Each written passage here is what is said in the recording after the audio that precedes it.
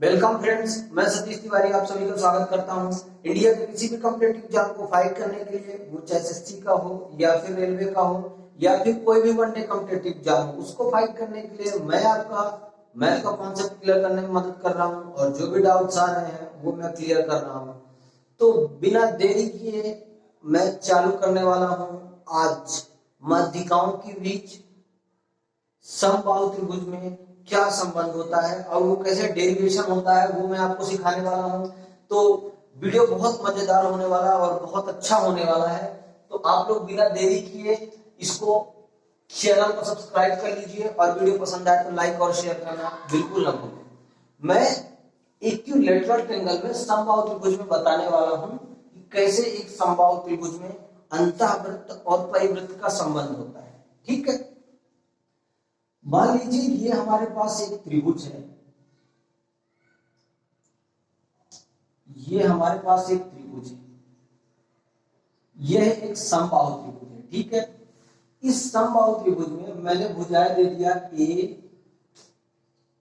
B और सी, ये तीनों भुजाएं हैं। क्लियर?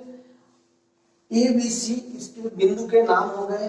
भुजा इसमें समबाहु त्रिभुज में ए, क्योंकि आपको पता है समबाहु त्रिभुज की भुजाएं आपस में बराबर होती हैं, तो इसकी जो भुजाएं हैं वो मैं ए और ए कर दिया। ठीक है, बिंदु ए बी सी है, इस समबाहु त्रिभुज की बात कर रहा हूं। मैं आपसे बोल देता हूं कि इस समबाहु त्रिभुज में अगर मैं एक लंब डालता हूं,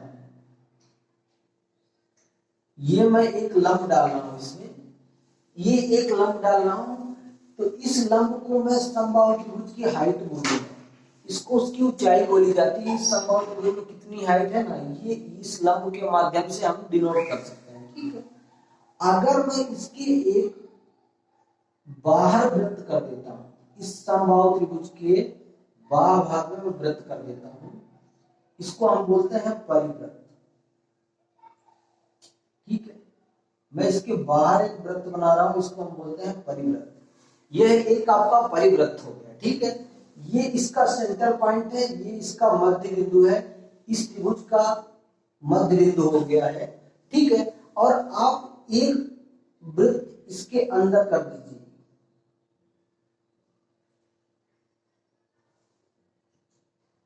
एक वृत्त आपने इसके अंदर कर दिया। ठीक, एक वृत्त इसके अंदर हो गया और एक वृत्त इसके बाहर हो गया। ठीक है, मैं आपसे बोल देता हूं कि अगर इसका इस वृत्त में, इस त्रिभुज में, आपसे मैंने बोला कि अगर एक समबाहु त्रिभुज है और इसके अंतःवृत्त, इसके अंदर जो वृत्त बना हुआ है उसकी मुझे आप त्रिज्या निकाल के बताइए। तो इसके लिए मैंने आपको कॉन्सेप्ट क्या सिखाया था कि रेडियस बराबर होता है एरिया अपॉन p/2, यानी पेरीमीटर का आधा और उसका क्षेत्रफल, उसके क्षेत्रफल में पेरीमीटर के आधे से डिवाइड कर देंगे तो छोटी वाली रेडियस निकल के आ जाएगी।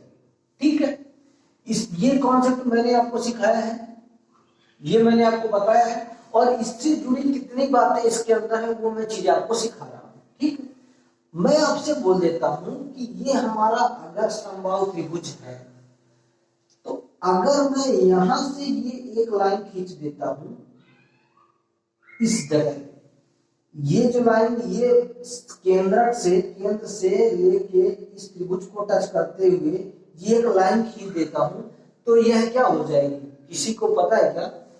यह एक परिवृत्त हो जाएगी, यह एक इसकी बाह्य त्रिज्या हो जाएगी, जिसको हम r से डिनोट कर रहे हैं। क्लियर है? समझ में आ रहा है कि नहीं? यहां से यहां तक की जो लाइन है यह एक परिवृत्त हो जाएगी, परिवृत्त त्रिज्या हो जाएगी, और यह भी एक परित्रिज्या हो जाएगी।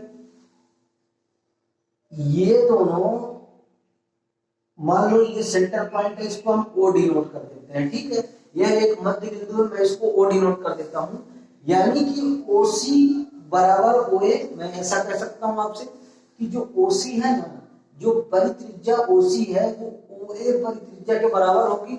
मतलब कि ये दोनों बाहर वाले वृत्त को टच कर रहे हैं, तो मैं आपसे बोल देता हूं यहां से कि OC बराबर होगा OA के। यही चीजें है ना इसमें, OC बराबर OA के। अब यहां से आप कुछ देख पा रहे हैं क्या? इस जगह से ये लाइन जो निकल के आ रही है यहाँ पे, ये लाइन जो यहाँ पे निकल के आ रही है, मैं मान लो इसको डी डिनोट कर देता हूं कि बीसी में एक लंब हमने एडी डाला है, ठीक है। तो जो ओडी होगी वो क्या होगी? ओडी क्या होगी मुझे कोई बता सकता है? ओडी क्या होगी पता है? ओडी हमेशा आप ध्यान रखिएगा, जो ओसी है वो परित्रिज्या है और जो ओडी होगी ना वह अंतः त्रिज्या होगी, स्मॉल रेडियस होगी। ओडी बराबर स्मॉल रेडियस होगी। तो ये रेडियस ही ये चीज को कनेक्ट करती है, ठीक है। मतलब कि ओसी बराबर ओए होगा और ओडी जो है ना, ओडी क्या होगा पता है? ओडी स्मॉल त्रिज्या होगी जिसको आप अंतः त्रिज्या कह सकते हो, ठीक है। ये समबाहु त्रिभुज की मैं बात कर रहा हूं।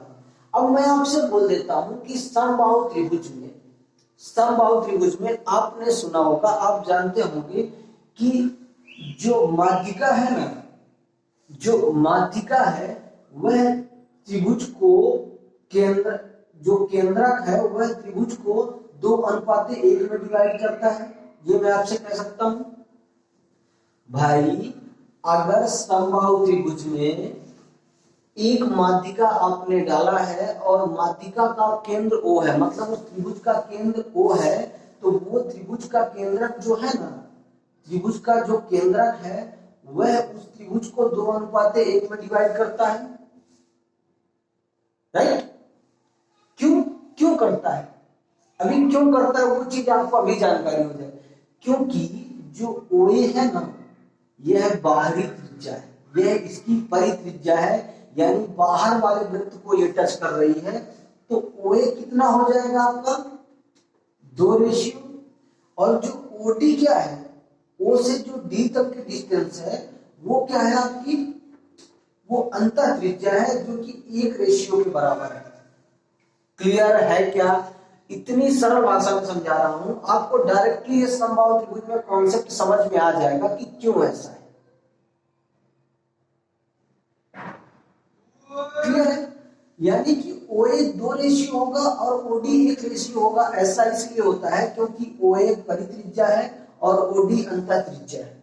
तो मैं आपसे यहां से ऐसे भी कह सकता हूं कि जो स्मॉल कैपिटल R और स्मॉल r का जो रेशियो है ना, वो 2:1 होगा। ये बात आपको समझ में आई क्या?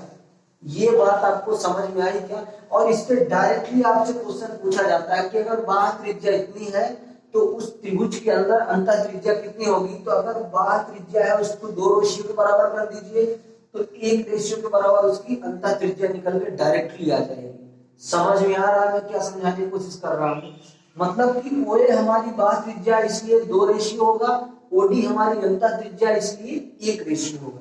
अब मैं आपसे बात कर देता हूं कि अगर मैं हाइट की बात करता हूं, अगर इस समबाहु त्रिभुज में हाइट की बात करता हूं, तो हाइट आप सबको पता है कि √3/2 ये होती है। ये इसकी हाइट है, ये इसकी हाइट है। और हाइट क्या है? हाइट क्या है आपको पता है? यही माध्यिका ही जो AD हमने डाला है, जो AD हमने लंब डाला है, AD हमने माध्यिका जो डाला है, वही इस समबाहु त्रिभुज में हाइट होगी। और इस समबाहु त्रिभुज में हाइट अगर इसके बराबर है तो क्या मैं ऐसा कह सकता हूं कि जो 3 है वो हाइट के बराबर होगा? भाई ये जो 2 है और ये 1 है, दोनों मिला के 3 हो गए। 1 और 2 3 हो गए और वो 3 ही तो हाइट के बराबर है कि हाइट तो AD ही है। अगर ये 3 हाइट के बराबर है तो 3 बराबर आप इसको ऐसे लिख सकते हैं, 3 बराबर √3/2a। भाई ये हाइट है, हाइट बराबर ये है, इसको मैंने इसके बराबर कर दिया। और 1 बराबर क्या हो जाएगा? आप डायरेक्टली यहां से निकाल सकते हैं कि अगर 3 बराबर इतना है तो 1 बराबर कितना हो जाएगा पता है? a/2√3 यही हो जाएगा। और ये 1 ही तो क्या है? ये 1 मैं जो दिखा रहा हूं ना, यही तो स्मॉल r के बराबर है। OD बराबर 1 और 1 बराबर स्मॉल r। स्मॉल r इसमें क्या है? यह एक अंतः त्रिज्या है, यह एक अंतः त्रिज्या है जो कि स्मॉल आर है। ठीक है, अब आपसे मैं बोल देता हूं कि मेरी बाह्य त्रिज्या क्या होगी, कैपिटल आर क्या होगा, तो 2 रेशियो हो जाएगा। मैंने आपको पहले बताया कि 1 रेशियो बराबर इतना है, तो 2 रेशियो बराबर आप कर दीजिए, 2 का मल्टीप्लाई कर देंगे तो 2 गुणे 1/2√3, 2 से 2 कट गया, r बराबर कितना आ जाएगा, a/√3। तो ये चीजें आपके कॉन्सेप्ट में डायरेक्टली फिट होना चाहिए, आपके माइंड में डायरेक्टली सेट होना चाहिए। और मैं बता रहा हूं ना, जितने भी कॉन्सेप्ट इसमें समझाए हैं, इसमें से बहुत सारे बच्चों को तो ये समझ में नहीं आ रहा था, लेकिन आज से आपको कोई दिक्कत नहीं होगी। मैं अगेन रिपीट कर रहा हूं कि जो भी आप कंटेंट देख रहे हैं ना, उसको माइंड में सेट करिए। ये चीजें जो डायरेक्टली निकल के आ रही हैं, ये आपको पता होना चाहिए। r बराबर a/2√3। तो अगर ये कॉन्सेप्ट आपको निकालने में टाइम लग रहा है, तो आपको भुजा अगर दी गई है ना, तो अंतः त्रिज्या आप कैसे निकालेंगे, इसके लिए मैं बता रहा हूँ। भुजा दी गई है तो अंतः त्रिज्या निकालने के लिए पहले क्षेत्रफल निकालेंगे, फिर परिधि का आधा करेंगे, परिमाप को उसकी आधा करेंगे। इससे अच्छा है कि रेडियस बराबर a/2√3 करके आप डायरेक्टली इसको निकाल सकते हैं। क्लियर है? तो बने रहिएगा दोस्तों आज की वीडियो में। बस इतना ही। आपको कंटेंट पसंद आया हो, कॉन्सेप्ट पसंद आया हो, तो चैनल को सब्सक्राइब जरूर कर लें। चैनल का नाम कैच द मैथ है, कैच द मैथ है। चैनल को सब्सक्राइब कर लीजिए और वीडियो पसंद आए तो लाइक और शेयर करना बिल्कुल ना भूलें। तो बने रहिएगा आज की वीडियो में। बस इतना ही। धन्यवाद।